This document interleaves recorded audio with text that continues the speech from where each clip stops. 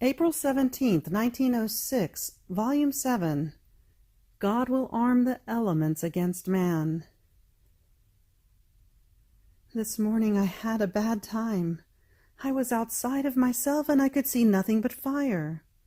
It seemed that the earth would open and threaten to swallow cities, mountains, and men.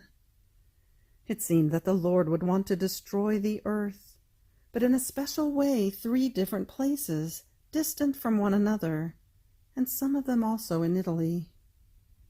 They seemed to be 3 mouths of volcanoes.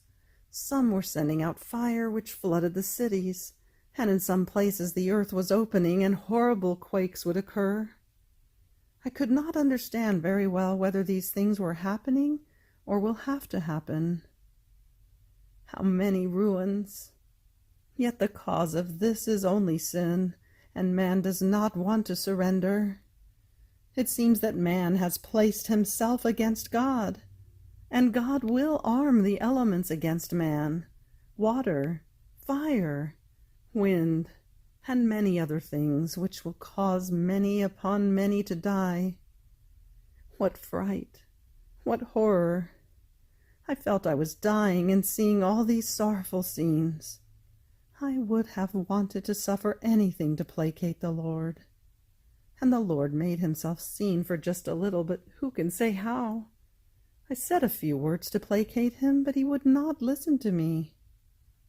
Then he told me, "My daughter, I can find no place left in which to rest in my creation. Let me rest in you, and you rest in me and keep quiet." April 17th, 1922, Volume 14. The divine will becomes actor of everything within the soul, and constitutes her queen of all.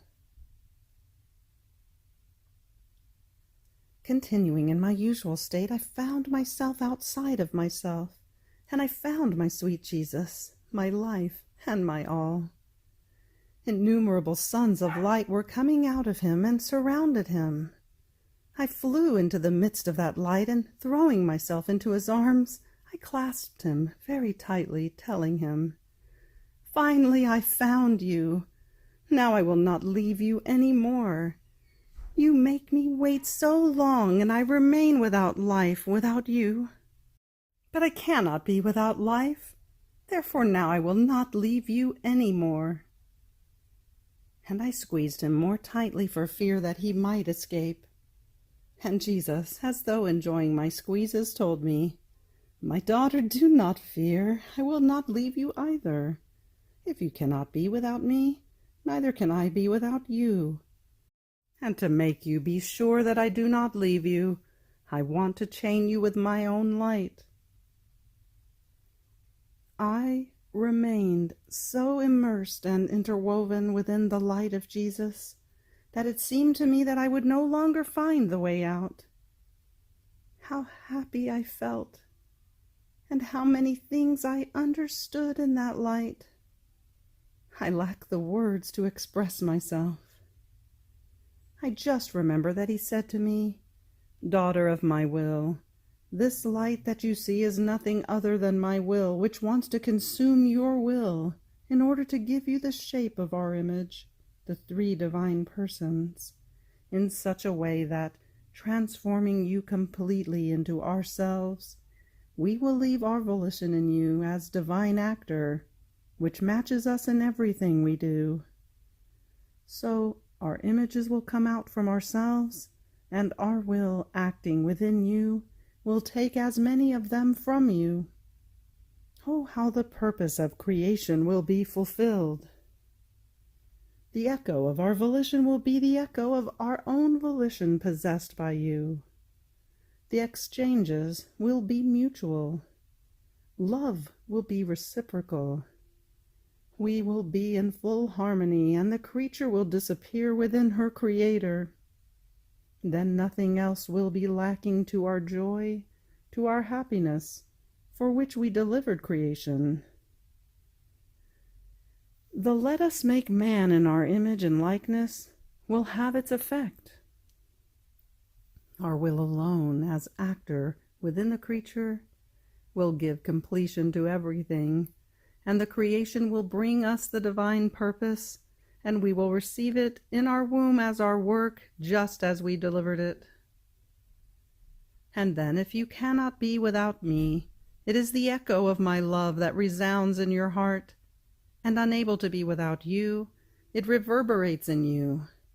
And you, shaken, look for the one who loves you so much.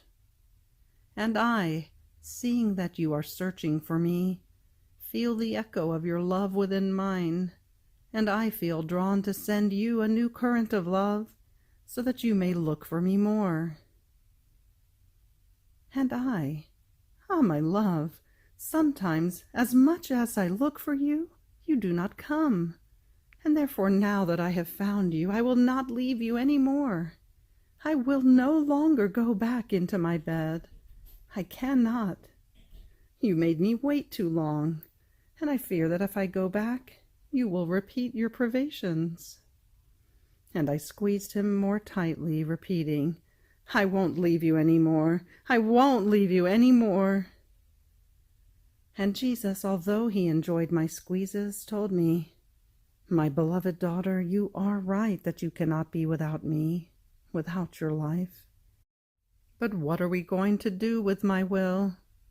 It is my will that wants you to return into your bed. Do not fear. I do not leave you. I will leave the current of the light of my will between me and you, and whenever you want me, you will touch the current of the light of my volition, and upon its wings I will immediately be with you.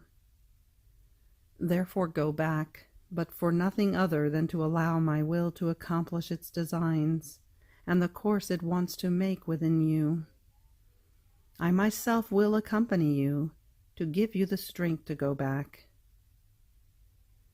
But, oh goodness of Jesus, it seemed that if he did not have my consent, he himself would not feel like making me go back. And as soon as I said, Jesus, do what you want, I found myself back inside myself.